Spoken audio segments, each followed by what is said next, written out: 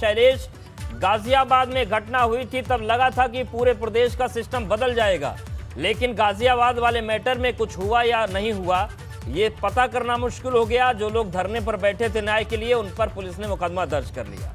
तो क्या मान लिया जाए कि मुख्यमंत्री की डांट के बाद सिस्टम केवल एक हफ्ते के लिए जागता है, उसके बाद इनको कोई फर्क नहीं पड़ता? बिल्कुल, देखिए दो चीज़ें हम पहले ज़रूर कहना चाहिए। शिक्षा विभाग जो है वो मुख्यमंत्री की प्राथमिकता का विभाग है, और दूसरी बात कि कभी भी मुख्यमंत्री को आप देखिए जब बच्चों के बीच पहुंचते हैं तो किस तरह से चाहे कितना भी स्ट्रेस हो, एक मुस्कुराहट चेहरे पर उनके दिखने लगती है। बच्चों से बहुत जल्दी घुल मिल जाते हैं, यानी वो बच्चे उनके दिल के करीब है। और दूसरी तरफ ये जो तस्वीर है, इन्हीं बच्चों से क्योंकि जुड़ा हुआ मामला है, तो वहाँ पर अधिकारी कितने लापरवाह हैं ये भी साफ देखकर समझा जा सकता है। अभी जैसा सनुज ने भी बताया हमारे सहयोगी ने कि वो वैन जो थी वो अनफिट थी। अब सवाल उठेगा, गाजियाबाद की घटना के बाद तो पूरा अभियान चला था, अभी एक हफ्ते का पीछे अभियान चला है। जब इतने अभियान चल गए तो वो अनफिट वाली वैन आखिर स्कूल में क्या कर रही थी? यानी जो अभियान था, अगर वो वैन अनफिट निकली है तो इसका मतलब साफ जाहिर है कि जो परिवहन विभाग का एक पूरा अभियान चलाया था उसमें भी अधिकारियों ने गुमराह किया है अपने उच्च अधिकारियों को, अपने मंत्री को, मुख्यमंत्री को। जबकि उस घटना का जिक्र मुख्यमंत्री ने एनेक्सी भवन में जब परिवहन विभाग का प्रेजेंटेशन चल रहा था वहां पर भी किया था और निर्देश दिए थे। तो अंदाज़ा लगा लीजिए कि मुख्यमंत्री जो प्रदेश में है वो इस घटना का इतना सीरियसली संज्ञान लेते हैं और अधिकारी के साथ लापरवाही करते हैं। तो एक चीज़ तो ये, दूसरी चीज़ जो शिक्षा विभाग के स्तर की चीज़ें हैं, तो एक बड़ा सवाल ये उठता है, शिक्षा विभाग में जो बीएसए हैं या खंड शिक्षा अधिकारी हैं, उनकी जिम्मेदारी है कमरे में बैठने की नहीं, फील्ड पर जाइए, चीज़ों को देखिए और जहां गड़बड़ी हो उसको दूर कीजिए। तो इसका मतलब फील्ड पर निकलते नहीं हैं, और अगर फील्ड पर निकलते हैं और तब ये चूक हुई है तो इसके दो मतलब हैं, या तो आपने वहां पर सिर्फ औपचारिकता की और या फिर कोई साठगांठ हो गई। इसके अलावा तीसरा और कोई पक्ष तो निकल कर सामने आ नहीं सकता है कि या तो आपकी लापरवाही और या फिर आपकी साठगांठ। तो अब ये देखना होगा कि ये स्कूल आखिर बिना मान्यता के 1 से 5 तक कैसे चल रहा था, ये साठगांठ थी या लापरवाही थी? कि स्कूल के आप निरीक्षण पे आप जाते नहीं हो, जाते हो तो इस तरह की लापरवाही करते हो। कुल मिलाकर एक परिवार में चिराग बुझ गया, और ये पहली घटना नहीं है, तमाम ऐसी घटनाएं हैं जहां पर लापरवाही देखने को मिलती है, और उसमें जब चीजें निकल कर सामने आती हैं तो शुरू में अभियान चलते हैं, उसके बाद अभियान का नाटक होता है। सनुज जी बताइए कि जिस तरीके से तमाम लोग बागपत में आक्रोशित थे, वो लोग क्या शांत हो गए, उनको सड़कों से हटा दिया गया है, और अब क्या मांगे हैं, उस पर मांग पर विचार करने के लिए प्रशासन ने बोला या नहीं बोला है?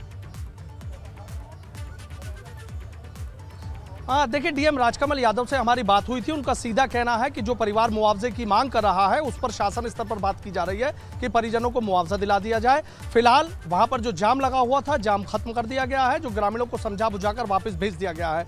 अब जो आयुष है उसके अंतिम संस्कार की जो तैयारी है वो यहाँ पर की जा रही है। फिलहाल वहां पर जो पोस्टमार्टम है, पोस्टमार्टम चल रहा है, और ये देखिए कि जो घर में किस तरीके से कोहराम मचा हुआ है, जो ये चीखें हैं, ये पूछ रही हैं, ये सवाल पूछ रही हैं कि आखिर उनके बेटे आयुष का क्या कसूर था कि जो लापरवाही सिस्टम की वजह से उसकी जान चली गई। आखिर ये स्कूल कैसे बिना मान्यता के 1 से कक्षा 5 तक चलता रहा, और ये सिस्टम आखिर कहां पर सोता रहा? मैंने पूरे स्कूल का, जो ये रॉयल कॉन्वेंट स्कूल है, मैंने पूरे स्कूल का दौरा किया। तमाम बड़ी लापरवाहियां निकलकर सामने आई है। जो अंदर फायर इक्विपमेंट लगे हुए हैं वो एक्सपायर्ड हो चुके हैं, लेकिन उनको बदलने की जहमत नहीं उठाई गई। जो अंदर एक भीतर, स्कूल के भीतर जो शौचालय था उसकी दीवारें झुकी हुई मिली है। यदि वो दीवारें अगर किसी बच्चे के ऊपर गिर जाती तो कई बच्चों की भी जान चली जाती।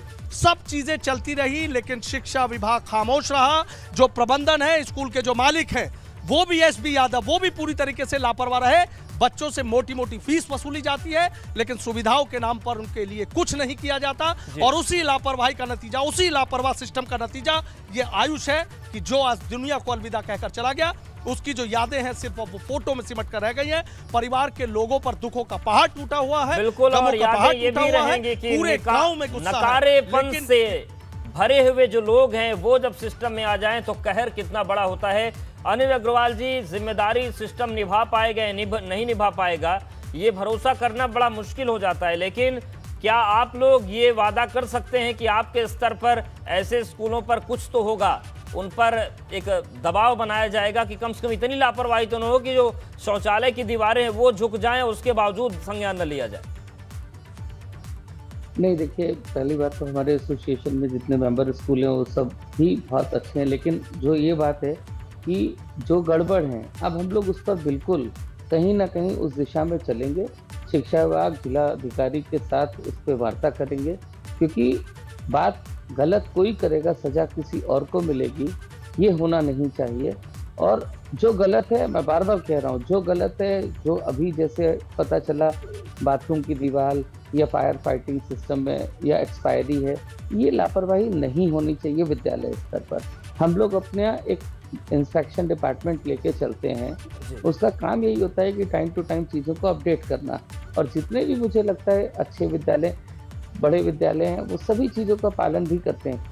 ईश्वर न करे कभी कोई जाने अनजाने हादसा होता है तो वो कोई चाहता नहीं कि उसके यहाँ कभी कोई हादसा हो। बिल्कुल, और हर चीज के लिए तैयार रहना चाहिए। और हम भी इसलिए सवाल उठा रहे हैं क्योंकि शिक्षा तो जरूरी है, लेकिन उससे जरूरी है सुरक्षा, क्योंकि जब जिंदगी बची रहेगी तभी शिक्षा आगे बढ़ पाएगी।